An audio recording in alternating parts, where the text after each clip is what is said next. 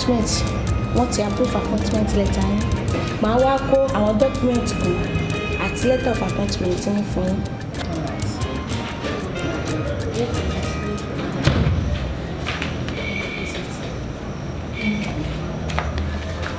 Madam ẹ má fi dé bẹ́ẹ̀ ẹ jẹ́ bá nínú bọ́tẹ́lẹ̀ fi kú sí bòtú báwo ni eléyìí bóyá kẹ́ má lè jẹ́ má kò mọ́ bá tẹ̀ ẹ ṣe.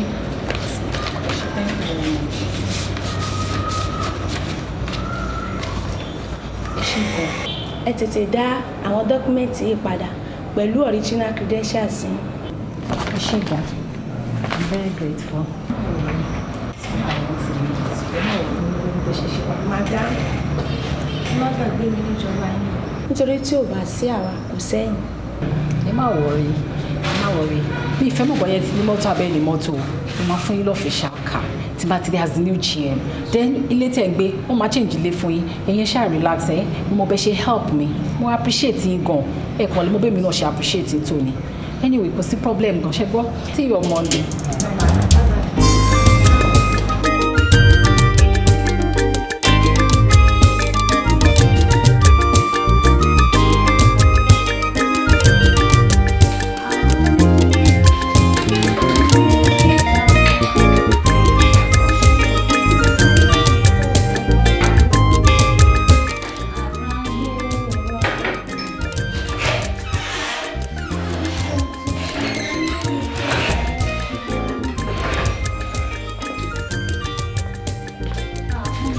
Wait.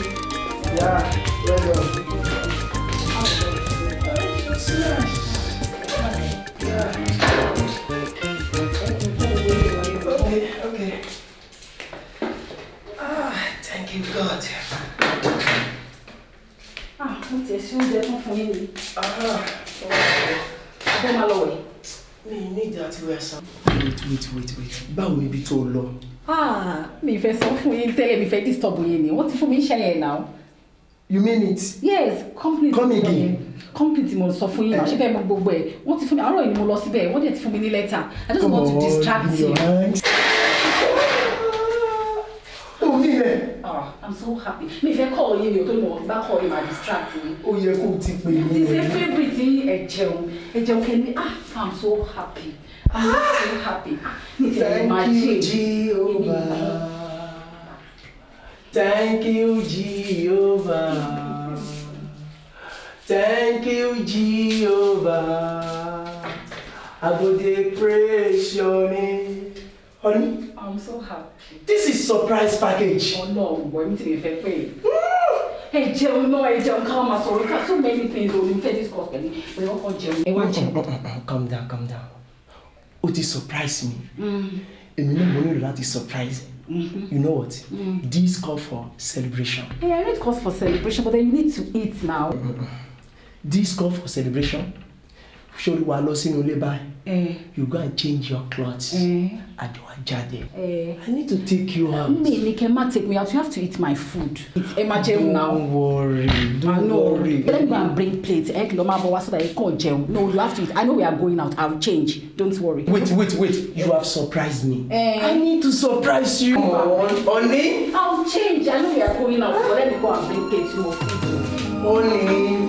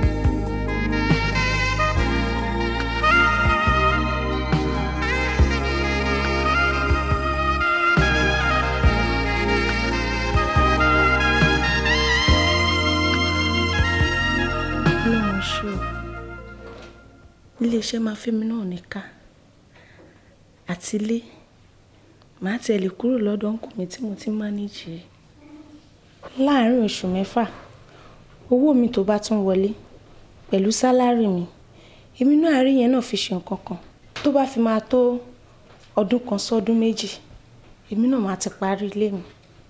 Ọlọ́run ó ṣé o Ọlọ́run ó ṣé o Ọlọ́run ó ṣé o ṣéyàn bírú Mrs Folakemi ṣó tún ṣì wà láyé yìí.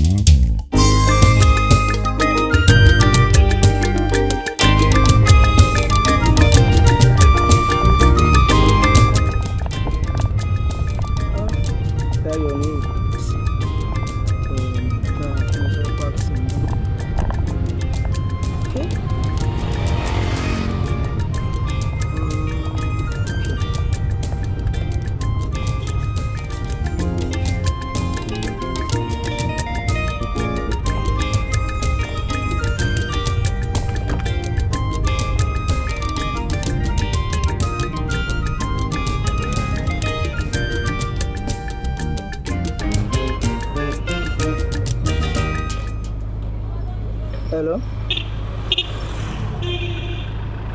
Mo mọ̀. Ṣé bí mo ti sọ pé kó wá gbà ní Wednesday? No. Towards evening. Mi mọ̀ mo máa tètè dé láti ọ́fíìsì, but jẹ́ kó tó bí between 4:35. Mi lè disappoint ẹ wá gbà. Mo ṣe máa fi school fees ẹ disappoint ẹ. I promise you. Till then. Okay. Mi tẹ́ mọ̀ pé nǹkan tó fẹ́ sọ ni. Well.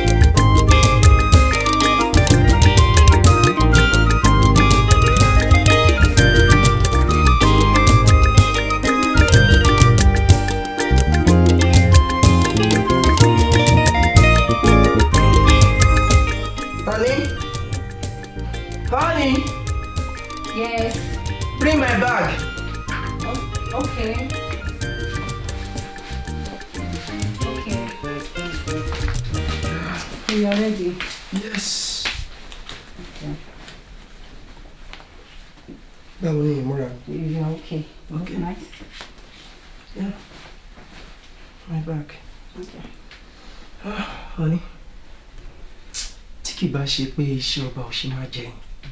Traveling tí mo ń lọ ẹ̀ inú mi ò dùn sí. Why? Kí ló dé? Wo ọjọ́ Monday yẹn tó wù mí ni wípé kí n wo ìmúra ẹ bó ṣe máa rí kí n jẹ gbé ẹ láti inú ilé lọ sí ọ́fíìsì fún ara mi. But Monday ni mo máa dé padà. Okay. Tí n bá lè ṣe ní Monday máa ṣe ní Tuesday. I promise you that. You told me. Yeah, come on, give me a hug. Yeah.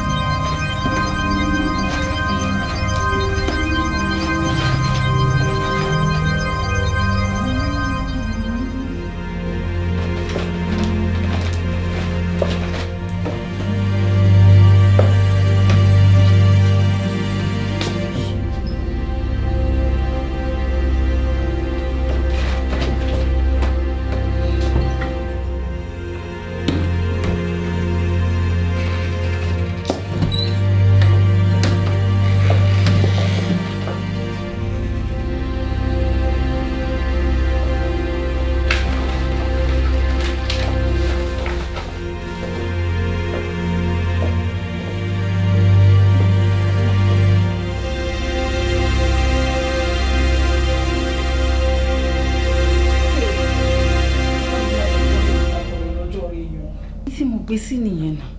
Ṣé bí mo lọ́jọ́ Friday mo bọ̀? Mo dé sí. Ṣé tuntun láyé mi kò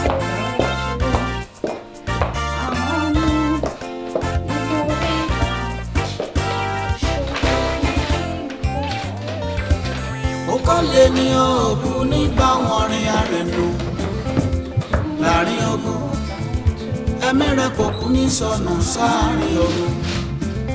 Okale ni ogun nígbà wọn rin arẹ̀nù láàrin ogun ẹ̀mí rẹ̀ kò kú ní sọnù sáàrin ogun. Ṣé kí n sọ fún ọkọ mi? Ṣé kí n má pè kí n má bàa distract tó bá dé ní ma sọ fún bí àbádé parí ogun ń ṣe lọ́lẹ̀. Okale ni ogun ní báwọn rí àrídù láàrin ogun ẹ̀mí rẹ̀ kò kú ní sọnù sáàrin. Okale ni ogun ní báwọn rí àrídù láàrin ogun ẹ̀mí rẹ̀ kò kú ní sọnù sáàrin ogun. Gbàgbọ́ nínú Olúwa ṣe kiri yàrá mọ́kànlé bí abádé parí ogun ń ṣe lọ́lẹ̀.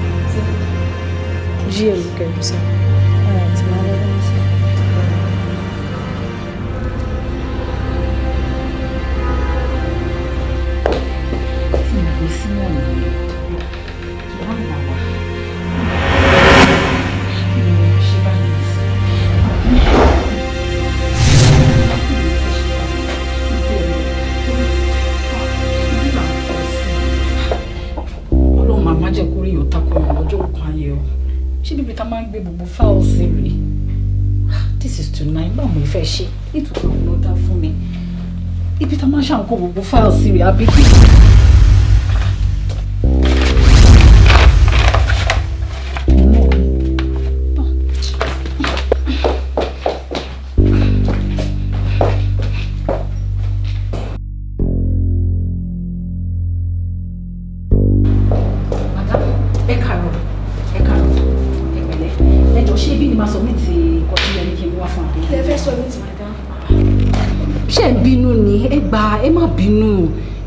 Ṣé yìí ni mo máa submit fún ẹ wá mú mi lọ sọ́fíìsì mi ibi tó yẹ kí n wá. ní táìmù tí mo ní kẹ́ẹ́dé lélẹ̀. ẹ má bínú ẹ wo mi lè máa explain gbogbo nǹkan tó ṣẹlẹ̀ fún yín kò lè yé yín ẹ ṣàgbà. mo sọ fún yín pé kẹ́ẹ́dé ní 8 o'clock láàárọ̀.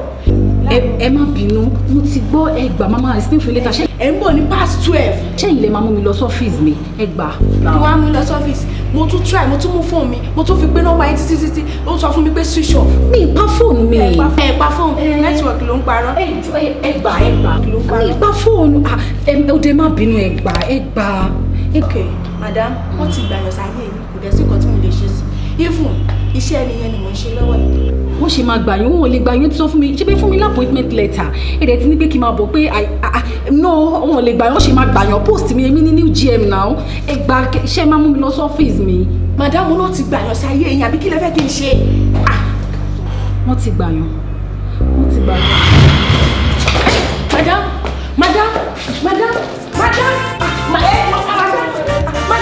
kí ló ṣẹlẹ̀ wọ́n èyí ò máa tó ṣe wọ́n mi ò máa tó ṣe bá mi ẹ̀ tó pẹ̀lú mi.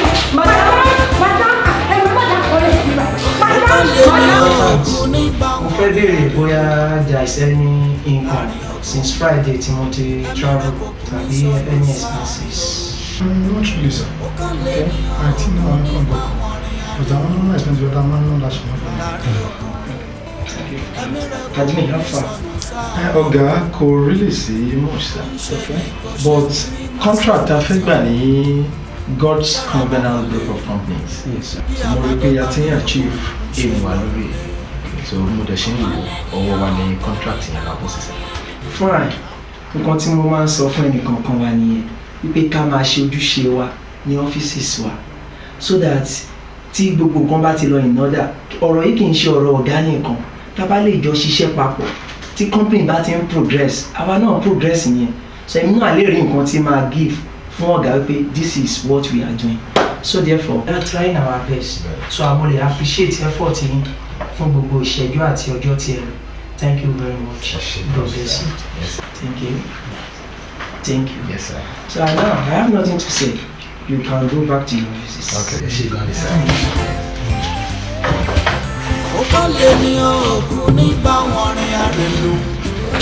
Madam, yes, I told you. I just money that was 2005 for next injection of fiber. 2005 kẹ́. Mo mú owó kankan débi báyìí. Má ṣe ṣubú ní ọ́fíìsì wa yẹn, mo kàn sáré help wọn wá on behalf of myself. Ẹ bá mi mú fún mi.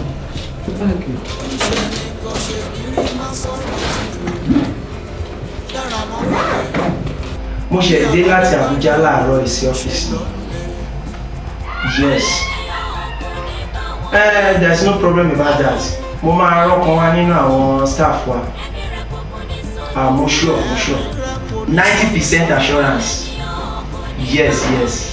Thank you. Ṣé. Ọkọ mi ni ṣe pé. Ẹ jẹ́ kí lọ save number mi. Ìfẹ́ mi. Okay.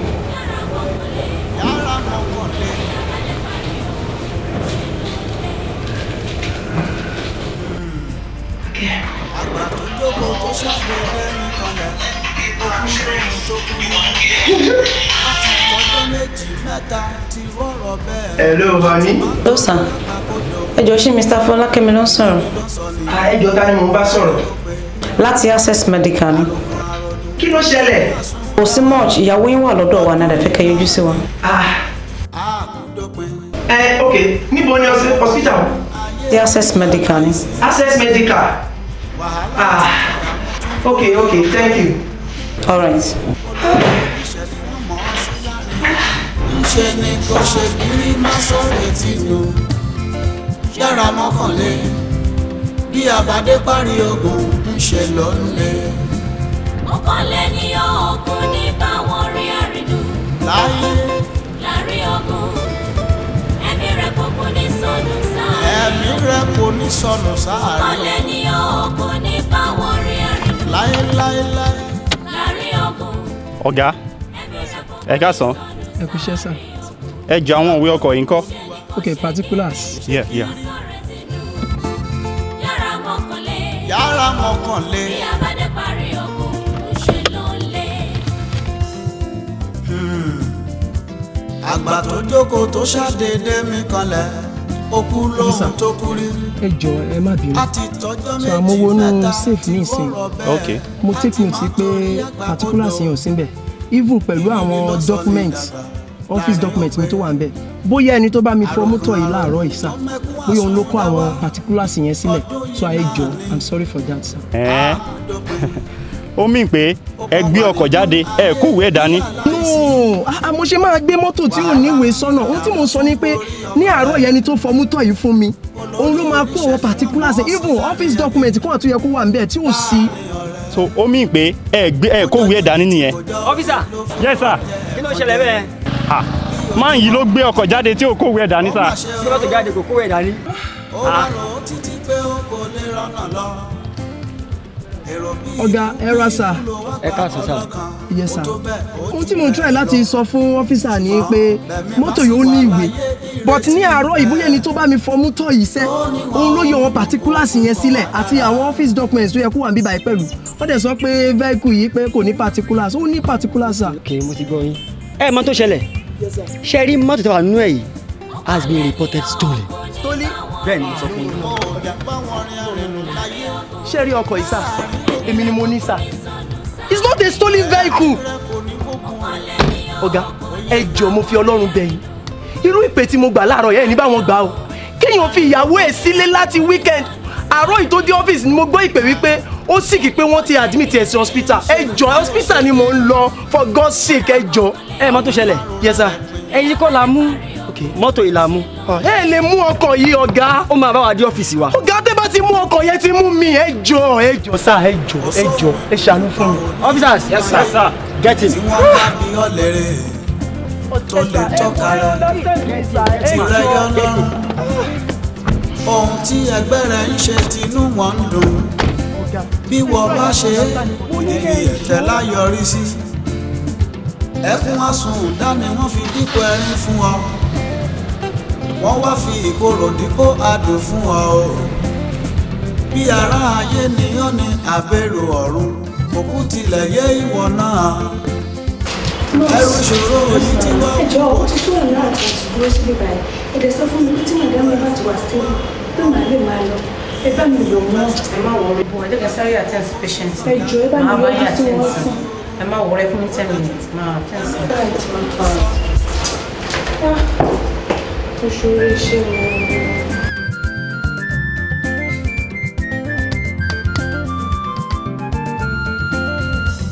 ọ̀pọ̀ ìgbà lóminú máa ń kọkàn rẹ pé bóyá bí ẹ̀sìn lọ́rọ̀ rẹ á yọrí sí nítorí ìṣòro rẹ irọ́ kúkú bí ìlú bá lè gbàgbọ́ ẹ ṣe kankan bí ẹ ṣe wọ́n sọ pé ìyẹn bá mi gbé wọn wá sí báwo gan ló ṣe ṣẹlẹ̀ mà. wọ́n kàn déédéé ṣubú lọ́fíìsì ni láti sáré rọ̀ṣù wọn wá sí bíbá bọ̀tìgbà tá a débi dókítà sọ pé ṣọ́ọ̀kì lọ́wọ́. ṣọ́ọ̀kì lásán wọn. ìwé tó kà ní tirẹ̀ kò fi rí ṣẹ́ṣe gbájú ẹ ló gbáwọ́ ló bá dẹ̀dùn arinlẹ̀ àkóbá ni wọ́n fi sọ̀rọ̀ sókùnkùn ayé ọ̀gá iṣẹ́ ni ọ̀tẹ́lẹ̀ ó ti ń gọ̀kadà àdúrà ni kò túbọ̀ gbà dípò àròpé jọ̀wọ́ má sọ retí nù ọ́ ṣe ò gbọ́.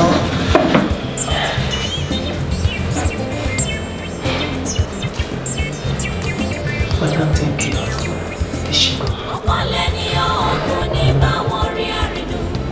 ẹ sà mo ti fẹ́ máa lọ ẹ̀yin náà ni mo ń dúró dè pípẹ́ dé mo fẹ́ padà sí ọ́fíìsì tí n bá ti close máa padà wá wò wọ́n. Okay, thank you very much. Ìbá ní kí n sìn bọ́ mi ní fẹ́ dání kó fi wọ́n sílẹ̀. Don't worry sir ẹ ṣé mo sà.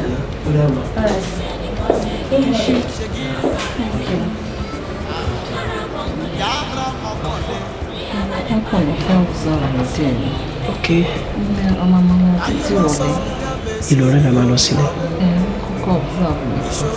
Okay. That's no problem. I'm sorry for coming late. I love you. Sorry. Láyé máa sọ mí lórúkọ, Ọlọ́run gbé mi dìde. Ayé ló sọ Jábésì ní orúkọ. Ayé ló sọ Jábésì ní orúkọ. Orúkọ tọ́lọ́run ò gbé. Ìwọ pẹ̀lú lọ sínú àdúrà. Bá Ọlọ́run sọ̀rọ̀. Ó bá ọ̀tàn ìṣòro rẹ̀. Ayé ló sọ Jábésì ní orúkọ. Ayé wọ́n sọ Jábésì ní orúkọ tí ò yẹ kó jẹ́.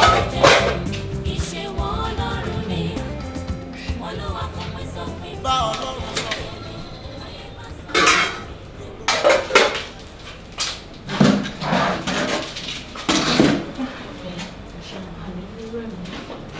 ẹ pẹ̀lẹ́ mà nígbà tí èmi àti ẹni tó gbé yín wá jọ ń sọ̀rọ̀ wọ́n jẹ́ kó yé mi pé ọ̀rọ̀ iṣẹ́ ló fa ohun tó gbé yín wá sí ibi báyìí ẹ pẹ̀lẹ́.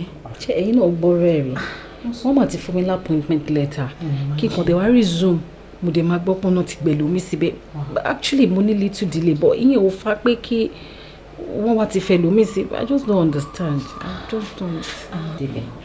Imagine àfi sùúrù ṣe mọ̀ pé nílé ayé tá a wà yìí àwọn ogun kéékèèké kan wà tó jẹ́ wípé èèyàn kì í kọ́ bí ara sí so mi ní fẹ́ kẹ́ take ọ̀rọ̀ yìí with levity hand ṣe understand torí èèyàn gbọ́dọ̀ wà very very prayerful especially pẹ̀lú ẹ̀yin náà ẹ̀gbọ́n tẹnu ṣẹlẹ̀ wọ́n ní post tó yẹ kẹ́ wà yẹn ẹlòmíì ló wà mẹ́sìn. bẹ́ẹ̀ni just have to be very very prayerful torí àwọn ogun kéékèèké kan wà tó ń jà tó pé èèyàn kì í kọ́ bí ara sí ṣó ti yé yín àǹtí. ẹ̀wọ̀n kò tẹ̀ yé mi I don't understand mi mọ̀. it is well èmi ẹ má bínú mo bá ní kí n introduce yín sí orí òkè kan mo ní orí òkè kan tí mo máa ń lọ tàdúrà dé máa ń gbà ń bẹ̀ gan-an torí ẹni yìí ó wà very ẹni yìí tẹ́ bá attend programs wọn ẹ máa rí changes. ṣé rọrùn orí òkè yẹn ẹ wo oríṣiríṣi orí òkè ló wà ẹ̀rù máa ń bà mí o ẹ wo.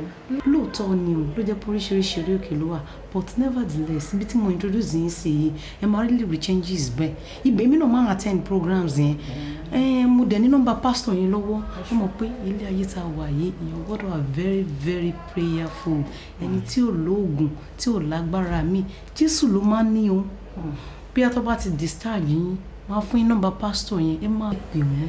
ẹbí rẹ kókó ní sọnù sáré ọkùn ṣe ni kò ṣe gírí ṣe ni kí o ṣe gírí yàrá mọ́kànlé àwẹ̀ máa rora rẹ̀ pin. bí a bá dé parí ogun ń ṣe ló ń lé.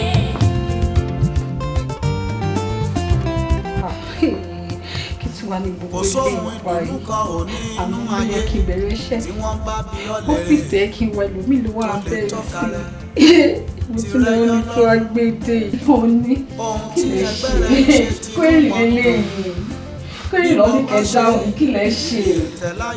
mo mọ nǹkan tí mo ṣe fún wọn tó ní kí n answer rí lẹ́tà ọ̀tá rẹ̀. kókó fọ́nì bẹ́ẹ̀ ni wípé 48 hours which is 2 days. kí ló wá ń ṣẹlẹ̀ ní ọdún bàbá yìí ẹ̀wọ̀ ẹjọ́ lọ bá pásítọ̀ ìgbìmọ̀ kan tó ṣẹlẹ̀ mọ́ ẹjọ́ lọ bá pásítọ̀ báyìí ẹjọ́ lọ sọ́dọ̀ pásítọ̀ kò yé mi mọ́ ẹyẹ mi náà ìgbà kan tó ṣẹlẹ̀ ẹjọ́ lọ sọ́dọ̀ pásítọ̀.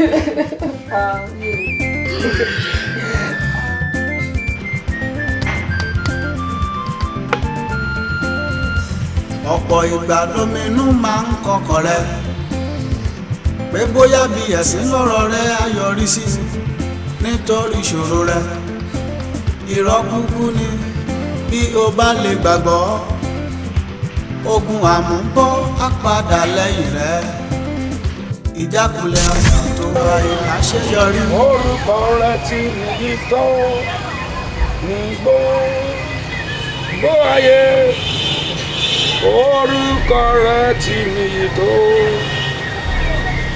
Olúwa àwọn èèyàn mà burú kẹ nínú àdúgbò ẹdẹ wàá sọ ẹran mọ́ bì ẹ.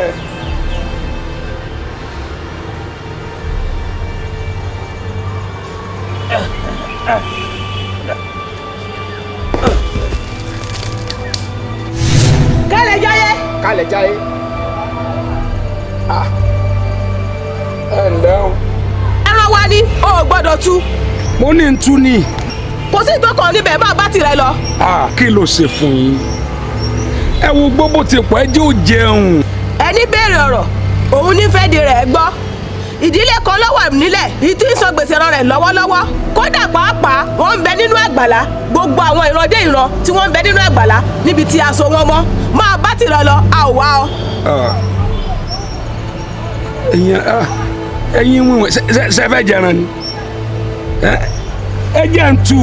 Máa bá tirẹ̀ lọ nítorí gbèsè ìran wọn òun ni wọ́n ń san lọ́wọ́lọ́wọ́. Iṣẹ́ tá a rán ikọ̀ kì í pa ikọ̀ ẹ gbọ́ bẹ́ẹ̀ bá so ìdílé kan mọ́lẹ̀ èmi ní ẹni tó ń gbénú mi tó lè tú agbára wo lẹ ní láti so ìdílé kan mọ́lẹ̀ ẹ dá mi lóhùn. Kálẹ̀ jáyé má tọ́ wa nítorí a ò tọ́.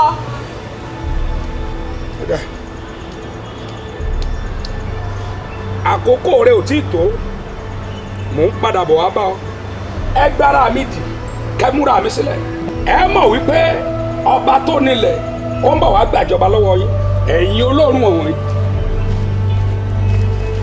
àmọ́ tí ìdílé ọ̀ náà sí ẹlòmíràn sì mọ́ gbẹ́nu gbẹ́kúgbẹ́ kò ní máa wọ́n lórí ibú wọn sọ mọ́lẹ̀.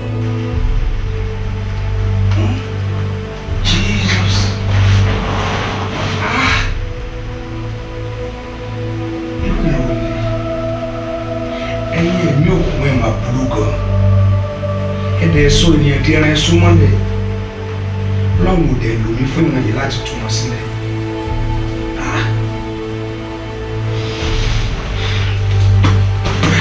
mi ayọ̀.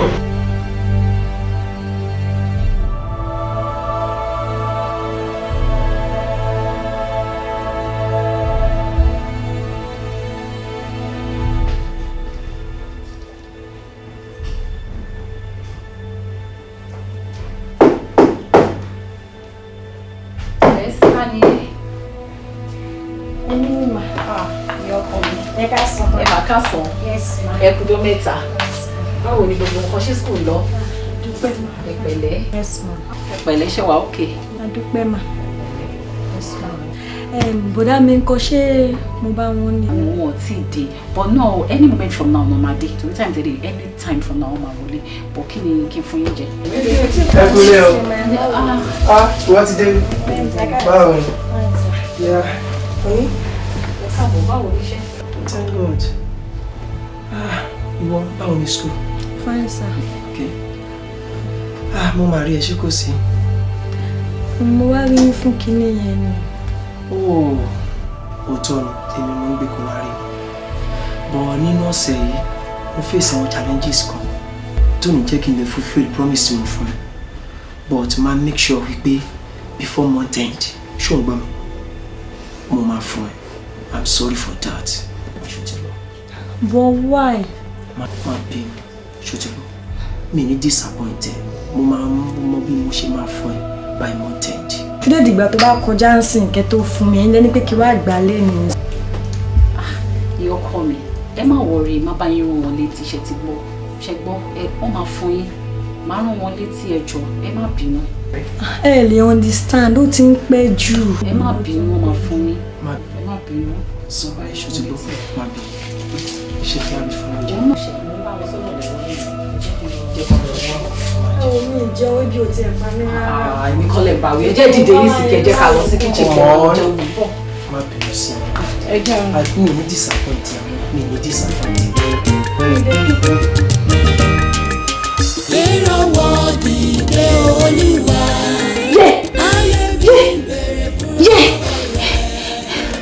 Honey, what's that? Nala. Ṣàlá tó lá ló jẹ́ kó máa bá mi lọ́rẹ́. Ó le gan. Just second hand. Father in Jesus' name. Lord in Jesus' name. Everlasting Father.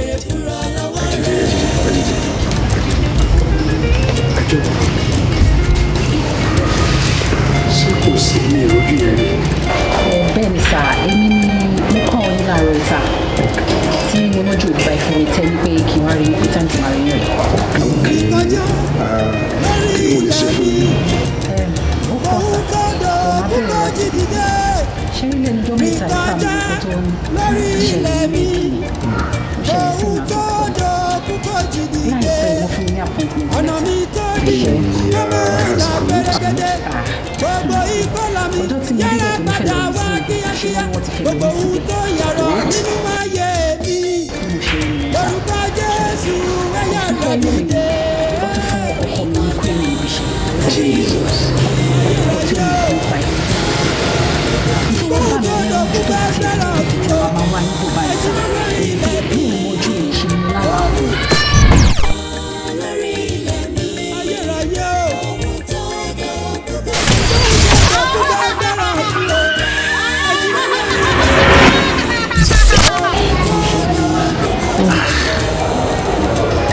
Jesus Christ.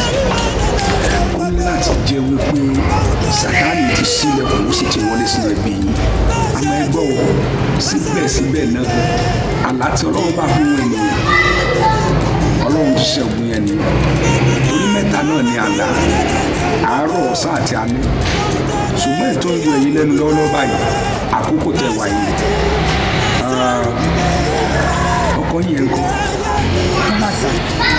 Ṣé mo lè rí wọn? Bẹ́ẹ̀ni sá.